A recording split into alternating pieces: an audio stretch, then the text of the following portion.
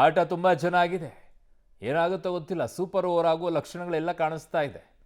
ಯಾಕೆ ಅಂತಂದರೆ ಮ್ಯಾಚ್ ಅಂತೂ ಈಗ ಟೈ ಆಗಿದೆ. ನಾ ಕೊಡೆ ನೀ ಬಿಡೆ ಅಂತ ಹೇಳಿ ಪವರ್ ಶೇರಿಂಗ್ ಬಹಿರಂಗವಾಗಿ ಮಾತನಾಡೋ ವಿಷಯವಲ್ಲ. ನಾನು ಯಾರನ್ನೂ ಕೂಡ ಭೇಟಿಯಾಗಿ ಚರ್ಚಿಸೋಕೆ ಆಗಲ್ಲ ಅಂತ ಹೇಳ್ತಾ ಇದ್ದಾರೆ. ಹೈಕಮಾಂಡ್ ಸಭೆ ಮಾಡಿದರೆ ಚರ್ಚಿಸ್ತೀನಿ.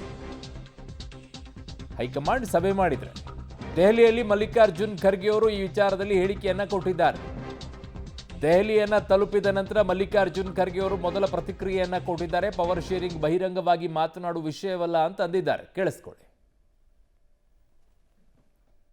ಅದು ಇಲ್ಲಿ ಹೇಳ್ತಕ್ಕಂಥ ವಿಷಯ ಅಲ್ಲ ಮತ್ತು ಬಹಿರಂಗವಾಗಿ ಯಾವುದೇ ಮಾತನಾಡ್ತಕ್ಕಂಥ ಸಬ್ಜೆಕ್ಟ್ ಅಲ್ಲ.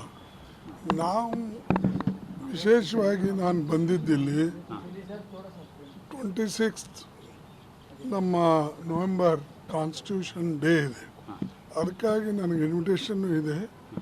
ಅದನ್ನು ಅಟೆಂಡ್ ಮಾಡಿ ದೆನ್ ನಮ್ಮ ರಿವ್ಯೂ ಮೀಟಿಂಗ್ಸ್ ಇವೆ, ಅವೆಲ್ಲನೂ ಕೂಡ ಮಾಡಿಕೊಂಡು ಮುಂದೆ ಹೋಗ್ತಾರೆ.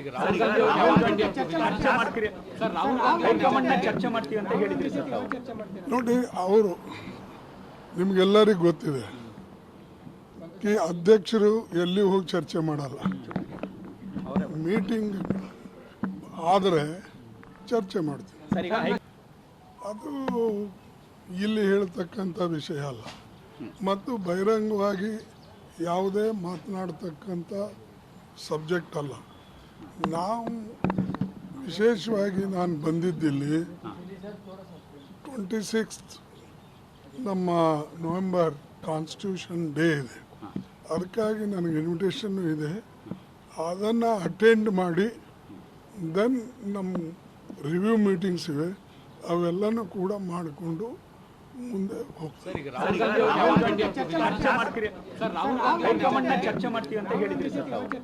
ನೋಡಿ, ಅವರು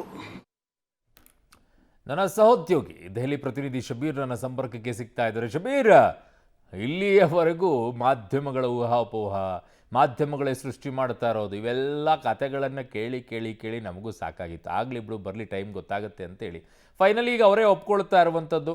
ಅಧ್ಯಕ್ಷರು ಸಭೆ ಚರ್ಚೆ ಮಾಡಿದರೆ ಮಾತ್ರ ಬರ್ತೀನಿ ಅಂತ ಹೇಳಿದ್ದಾರೆ ಅನ್ನೋವಂಥದ್ದು ಕ್ಲಿಯರ್ ಆಗ್ತಾ ಇದೆ. ಇನ್ನೊಂದು ಕಡೆಗೆ ಇದು ಆಚೆ ಮಾತನಾಡೋದಲ್ಲ, ನಾವು ಅಲ್ಲಿ ಹೋಗಿ ಕೂತ್ಕೊಂಡು ಮಾತನಾಡ್ತೀವಿ ಅಂತಿದ್ದಾರೆ. ಅಂದರೆ ಕ್ಲಿಯರ್ ಕಟ್ ಆಗಿದೆ ಈ ವಿಚಾರದಲ್ಲಿ ಹಿಂದೆ ಏನು ಆಗಿದೆ, ಅದರ ಸ್ಪಾರ್ಕ್ ಇವಾಗ ಕಾಣಿಸಿಕೊಳ್ತಾ ಇದೆ ಅನ್ನೋದು ಅಲ್ವಾ ಶಬೀರ್? ಅರುಣ್, ನೋಡಿ, ನಾಯಕತ್ವ ಬದಲಾವಣೆ ವಿಚಾರಕ್ಕೆ ಸಂಬಂಧಪಟ್ಟಂತೆ ಕಳೆದ 3-4 ದಿನಗಳಿಂದ ಬೆಂಗಳೂರಿನಲ್ಲಿ ಸಾಕಷ್ಟು ಬೆಳವಣಿಗೆಗಳಾಗ್ತಾ ಇತ್ತು. AICC ಅಧ್ಯಕ್ಷ ಮಲ್ಲಿಕಾರ್ಜುನ್ ಖರ್ಗೆ ಅವರನ್ನ ಸಾಕಷ್ಟು ನಾಯಕರು ಭೇಟಿಯಾಗಿ ಇದಕ್ಕೆ ಸಂಬಂಧಪಟ್ಟಂತೆ ಮಾಹಿತಿಯನ್ನು ಕೂಡ ಹಂಚಿಕೊಂಡಿದ್ರು. ಆದರೆ ಹೊರಗಡೆ ಎಲ್ಲೂ ಕೂಡ ಪವರ್ ಶೇರಿಂಗ್ ಆಗಲಿ ಅಥವಾ ಕ್ಯಾಬಿನೆಟ್ ಪುನರ್ರಚನೆಗೆ ಸಂಬಂಧಪಟ್ಟಂತೆ ಯಾವುದೇ ಮಾಹಿತಿಗಳನ್ನು ಅವರು ಕೊಡ್ತಾ ಇರಲಿಲ್ಲ. ಆದರೆ ಈಗ ಮೊದಲ ಬಾರಿಗೆ ಮಲ್ಲಿಕಾರ್ಜುನ್ ಖರ್ಗೆ ಅವರು ಹೇಳಿರುವಂಥದ್ದು ಪವರ್ ಶೇರಿಂಗ್ ವಿಚಾರ ಅನ್ನುವಂಥದ್ದು ಅದು ಟಾಪ್ ಸೀಕ್ರೆಟ್ ಆಗುತ್ತೆ, ಹೊರಗಡೆ ಮಾತನಾಡುವಂಥ ವಿಚಾರ ಅಲ್ಲ. ಸೊ ಹೀಗಾಗಿ ಅದನ್ನು ಬಹಿರಂಗವಾಗಿ ನಾವು ಮಾತನಾಡೋಲ್ಲ ಅನ್ನುವಂಥದ್ದನ್ನು ಒಂದು ಖಚಿತಪಡಿಸಿದ್ದಾರೆ. ಎರಡನೇದು, ರಾಹುಲ್ ಗಾಂಧಿ ಅವ್ರನ್ನ ಯಾವಾಗ ಭೇಟಿ ಮಾಡ್ತೀರಿ ಮತ್ತು ಇದಕ್ಕೆ ಪೂರಕವಾದಂಥ ಚರ್ಚೆಗಳನ್ನು ಯಾವಾಗ ಮಾಡ್ತೀರಿ ಅಂತ ಕೇಳಿದಂಥ ಸಂದರ್ಭದಲ್ಲಿ ರಾಹುಲ್ ಗಾಂಧಿ ಅವರನ್ನು ನಾನು ಹೋಗಿ ಭೇಟಿ ಮಾಡಲ್ಲ, ನಾನು ಅಧ್ಯಕ್ಷ ಆಗಿರುವಂಥ ಹಿನ್ನೆಲೆಯಲ್ಲಿ ಅವರೇ ನಮ್ಮನ್ನು ಬಂದು ಭೇಟಿ ಮಾಡ್ತಾರೆ, ಅವ್ರು ಬಂದಾಗ ನಾವು ಇದಕ್ಕೆ ಸಂಬಂಧಪಟ್ಟಂತೆ ಸಭೆಯನ್ನು ಕೂಡ ನಡೆಸ್ತೀವಿ ಅನ್ನುವಂಥ ನಿಟ್ಟಿನಲ್ಲಿ ಅವರು ಹೇಳಿರುವಂಥದ್ದು. ಸೊ ಹೀಗಾಗಿ ಈಗ ಮಲ್ಲಿಕಾರ್ಜುನ್ ಖರ್ಗೆ ಅವರು ದೆಹಲಿಗೆ ಬಂದಿರುವಂಥ ಹಿನ್ನೆಲೆಯಲ್ಲಿ ಇವತ್ತು ಮತ್ತು ನಾಳೆ 2 ದಿನದಲ್ಲಿ ಒಂದು ಸಭೆ ಆಗುವಂಥ ಸಾಧ್ಯತೆಗಳನ್ನು ನಿರೀಕ್ಷೆ ಮಾಡಬಹುದು. ಬಹುಶಃ ನಾಳೆ ಅನಿಸುತ್ತೆ, ಯಾಕೆಂದ್ರೆ KC ವೇಣುಗೋಪಾಲ್ ಅವರು ಕೂಡ ಸದ್ಯಕ್ಕೆ ದೆಹಲಿಯಲ್ಲಿ ಇಲ್ಲ, ಅವರು ಕೂಡ ನಾಳೆ ದೆಹಲಿಗೆ ಬರ್ತಾರೆ. ಸೊ ಈ ಸಂದರ್ಭದಲ್ಲಿ ಎಲ್ಲ ಉನ್ನತ ನಾಯಕರು ಕೂತ್ಕೊಂಡು ಮಾತುಕತೆಯನ್ನು ನಡೆಸುವಂತ ಸಾಧ್ಯತೆಗಳಿದಾವೆ. ಮತ್ತೆ ಕರ್ನಾಟಕದಲ್ಲಿ ಎದ್ದಿರುವಂತಹ ರಾಜಕೀಯ ಬಿರುಗಾಳಿಗೆ ಒಂದು ತಾರ್ಕಿಕ ಅಂತ್ಯವನ್ನು ಕೂಡ ಕಾಣಿಸುವಂತ ಸಾಧ್ಯತೆಗಳನ್ನು ನಿರೀಕ್ಷೆ ಮಾಡಬಹುದು. ಅರುಣ್, ಓಕೆ ಶಬೀರ್, ನಿಮ್ಮೆಲ್ಲ ಮಾಹಿತಿಗೆ ಧನ್ಯವಾದಗಳು. ಸೊ 5-6 ಜನರ ಗುಟ್ಟಿನ ವ್ಯಾಪಾರ ಈಗ ಬಹಿರಂಗವಾಗುತ್ತಾ ಅಥವಾ ಆಗಲ್ವಾ? ವ್ಯಾಪಾರ ಆಗಿರೋದಂತೂ ಸ್ಪಷ್ಟವಾಗಿ ಕಾಣಿಸ್ತಾ ಇದೆ. ಅದು ಸಿದ್ದರಾಮಯ್ಯನವರ ಮಾತಿನಲ್ಲೂ ಇದೆ, ಮಲ್ಲಿಕಾರ್ಜುನ್ ಖರ್ಗೆ ಅವರ ಮಾತಿನಲ್ಲೂ ಕೂಡ ಇದೆ, DK ಶಿವಕುಮಾರ್ ಅವರ ಮಾತಿನಲ್ಲೂ ಕೂಡ ಸ್ಪಷ್ಟವಾಗಿದೆ, ಕಾಂಗ್ರೆಸ್ನ ಶಾಸಕರು ಮತ್ತು ಸಚಿವರ ಮಾತಿನಲ್ಲೂ ಕೂಡ ಇದೆ.